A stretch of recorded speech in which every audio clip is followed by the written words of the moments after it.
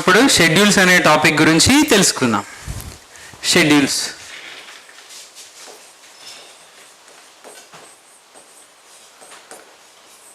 Fourth schedule దేని గురించి చెప్తా ఉన్నది మనకి అంటే రాజ్యసభ సీట్ల కేటాయింపు. Allocation of Rajya Sabha seats to states and union territories. Allocation of Rajya Sabha seats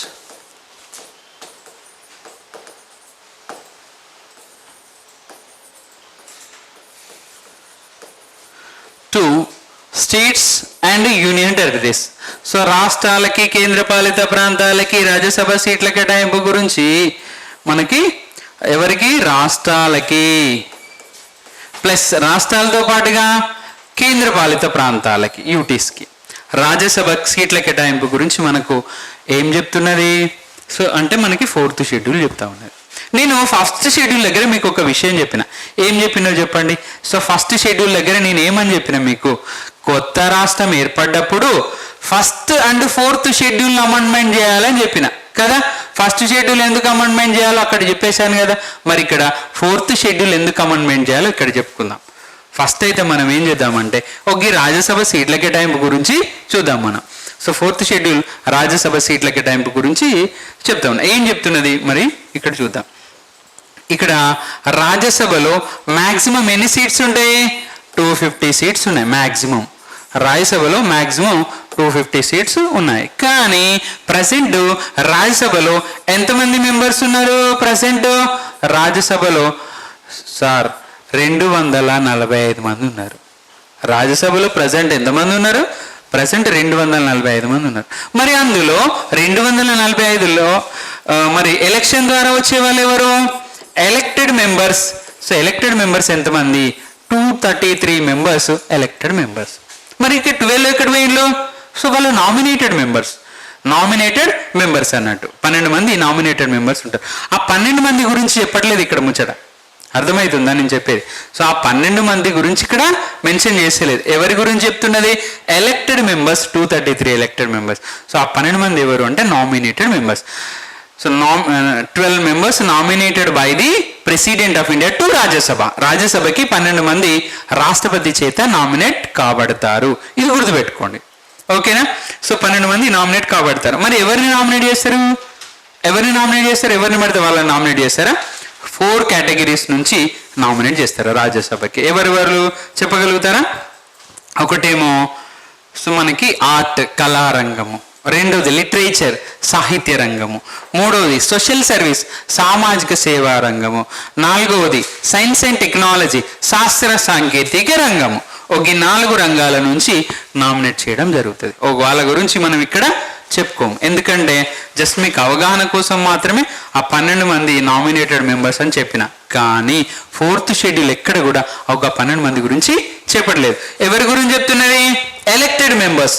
so elected members. మరి ఇక్కడ ఎలక్టెడ్ మెంబర్స్ ఉన్నారు కదా, ఇందులో ఎన్ని రాష్ట్రాలు ఉన్నాయి ప్రజెంట్ మన ఇండియాలో? ప్రజెంట్ ఇండియాలో 28 రాష్ట్రాలు ఉన్నాయి. 28 రాష్ట్రాలు ఉన్నాయి. ఎన్ని కేంద్రపాలిత ప్రాంతాలు ఉన్నాయి? 8 కేంద్రపాలిత ప్రాంతాలు ఉన్నాయి. మరి ఈ 28 రాష్ట్రాలకి ఎన్ని సీట్స్ అలొకేట్ చేశారు? సో 28 రాష్ట్రాలకి 225 సీట్స్ అలొకేట్ చేశారు. మరి ఈ 8 కేంద్రపాలిత ప్రాంతాలకి సో 8 కేంద్రపాలిత ప్రాంతాలలో 3 కేంద్రపాలిత ప్రాంతాలకి మాత్రమే రాజ్యసభ సీట్స్ అలొకేట్ చేశారు. ఎన్ని కేంద్రపాలిత ప్రాంతాలకి అని చెప్తున్నా? సో 3. కాబట్టి ఎన్నైనా చెప్పండి? ఇక్కడ 233 అయ్యాయి. అర్థమవుతుందా? మరి 8 కేంద్రపాలిత ప్రాంతాలు ఉన్నప్పుడు 3 కేంద్రపాలిత ప్రాంతాలకు మాత్రమే రాజ్యసభ సీట్స్ ఎందుకు అలొకేట్ చేశారు? మిగిలిన కేంద్రపాలిత ప్రాంతాలు ఏం పాపం చేసినాయి చెప్పండి? సో మిగిలిన కేంద్రపాలిత ప్రాంతాలకు ఎందుకు అలొకేట్ చేయలేదు అంటే మనకి ఇక్కడ ఒక విషయం గుర్తుపెట్టుకోవాలి. ఇక్కడ చూద్దాం బెటం. ఇక్కడ మనం సో ఏంటది నేనేమని చెప్పిన? కేంద్రపాలిత ప్రాంతాలు చండీగఢ్, ఢిల్లీ, పాండిచ్చేరి, దాద్రా నగర్ హవేలీ, లక్షద్వీప్, అండమాన్ నికోబార్, డామన్ డయ్యు, జమ్మూ అండ్ కాశ్మీర్, లక్షద్వీపులు ఉన్నాయి కదా. సో ఇందులో దాద్రా నగర్ హవేలీ, డామన్ డయ్యు రెండింటిని కలిపేశారు. కాబట్టి 8 ఉన్నాయి కేంద్రపాలిత ప్రాంతం. అయితే 8లో 3టికి మాత్రమే రాజ్యసభ సీట్లు ఇచ్చారని చెప్తున్నా నేను. మిగిలిన వాటికి రాజ్యసభ సీట్స్ అలొకేట్ చేయలేదు. సో మరి ఏంటి వేటికి మాత్రమే అలొకేట్ చేశారు? ఢిల్లీకి అలొకేట్ చేశారు. సో ఢిల్లీకి ఎన్ని సీట్స్ అలొకేట్ చేశారు చూద్దాం. పాండిచ్చేరికి ఎన్ని సీట్స్ అలొకేట్ చేశారు? పాండిచ్చేరికి ఏమో 1 సీట్ అలొకేట్ చేస్తే ఢిల్లీకి ఏమో 3 సీట్లు అలొకేట్ చేశారు. అంటే రాజ్యసభ ఢిల్లీకి 3 సీట్స్ ఇస్తే పాండిచ్చేరి లేదా పుదుచ్చేరి అంటాం, ఒక పుదుచ్చేరికి ఏమో 1 సీట్ ఇచ్చారు. ఇక జమ్మూ అండ్ కాశ్మీర్కి ఎన్ని సీట్లు ఇచ్చారు? 4 సీట్లు. సో జమ్మూ కాశ్మీర్కి ఏమో 4 సీట్లు ఇవ్వడం జరిగింది, ఇది గుర్తుపెట్టుకోండి. సో జమ్మూ కాశ్మీర్కు 4 సీట్లు. లడక్ లేదా అంటే లేదు. ఎందుకు మరి ఈ 3 కేంద్రపాలిత ప్రాంతాలకు మాత్రమే రాజ్యసభ సీట్లు ఇచ్చారు? సో జమ్మూ కాశ్మీర్కి ఇచ్చారంట, ఢిల్లీకి ఇచ్చారు, పుదుచ్చేరికి ఇచ్చారు, మిగిలిన వాటికి ఎందుకు ఇవ్వలేదు అంటే ఒక విషయం మనకు తెలియాలి. ఏంటది? రాజ్యసభలో ఉండే వాళ్ళని ఏమంటాం సార్? ఎంపీలు అని పిలుస్తాం. ఒక రాజ్యసభ ఎంపీలు ఎవరి చేత ఎన్నుకోబడతారు? రాష్ట్రాల్లో ఉండే ఎమ్మెల్యేల చేత ఎన్నుకోబడతారు, అంటే మెంబర్ ఆఫ్ లెజిస్లేటివ్ అసెంబ్లీల చేత ఎన్నుకోబడతారు. మరి ఎమ్మెల్యేలు ఎక్కడ ఉంటారు? అసెంబ్లీలో ఉంటారు. సో అసెంబ్లీలు ఎక్కడెక్కడ ఉన్నాయి? అన్ని కేంద్రపాలిత ప్రాంతాలకు అసెంబ్లీలు చూసారా మీరు? ఎప్పుడైనా పేపర్లో పడేటప్పుడు చూసారా మీరు? అండమాన్ నికోబార్ దీవులో సీఎం ఎప్పుడైనా ప్రెస్ మీట్ పెట్టాక చూసారా? అంటే ఏంటి? ఇక్కడ అసెంబ్లీ లేదు. అసెంబ్లీ లేదంటే ఎమ్మెల్యే లేరు. సో ఎమ్మెల్యే లేరు కాబట్టి వాళ్ళకు రాజ్యసభ సీట్లు ఇవ్వాలి. ఎందుకంటే అసలు రాజ్యసభ ఎంపీలు ఎవరి చేత ఎన్నుకోబడతారు? ఎమ్మెల్యేల చేత. మరి అసెంబ్లీలు ఉన్నాయి ఎక్కడెక్కడ? Delhi, Pondicherry, Jammu and Kashmir. So Delhi, Pondicherry and Jammu కాశ్మీర్లో మాత్రమే ఏమున్నాయి? అసెంబ్లీలు ఉన్నాయి. సో అసెంబ్లీలు ఉన్నాయి కాబట్టి వాళ్ళకి ఏమి ఇచ్చారు? రాజ్యసభ సీట్స్ ఇచ్చారు. మిగిలిన వాళ్ళకు ఇవ్వలేదు. ఎందుకు ఇవ్వలేదు? అక్కడ అసెంబ్లీ లేదు కాబట్టి ఇవ్వలేదు. ఓకేనా? క్లియర్ కదా? సో ఇదంతా మనకు 4th షెడ్యూల్ చెప్తున్నది. అయితే నేను ఒక విషయం చెప్పాను మీకు 4th షెడ్యూల్ దగ్గర. ఏమని చెప్పాను? కొత్త రాష్ట్రం ఏర్పాటు చేయబడ్డప్పుడు 4th షెడ్యూల్ అమెండ్మెంట్ చేయాలి అని చెప్పాను కదా. మరి కొత్త రాష్ట్రం ఏర్పాటు చేయబడ్డప్పుడు ఇక్కడ షెడ్యూల్ 4ను ఎందుకు అమెండ్మెంట్ చేయాలి అంటే, ఫర్ ఎగ్జాంపుల్ యునైటెడ్ ఆంధ్రప్రదేశ్, ఉమ్మడి ఆంధ్రప్రదేశ్ ఉండే. ఒక ఉమ్మడి ఆంధ్రప్రదేశ్కు 18 రాజ్యసభ సీట్స్ అలొకేట్ చేశారు. 18 రాజ్యసభ సీట్లు ఇచ్చారు. యునైటెడ్ ఆంధ్రప్రదేశ్ నుంచి ఏ రాష్ట్రం ఏర్పాటు చేయబడ్డది? తెలంగాణ అనే రాష్ట్రం ఏర్పాటు చేయబడ్డది. అంటే కొత్త రాష్ట్రం తెలంగాణకి ఎన్ని రాజ్యసభ సీట్లు ఇవ్వాలో ఎందులో రాయాలి?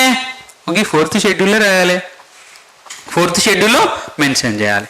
సో ఇక్కడ ప్రజెంట్ ఉన్న ఆంధ్రప్రదేశ్కి ఏమో 11 రాజ్యసభ సీట్స్ ఇచ్చారు.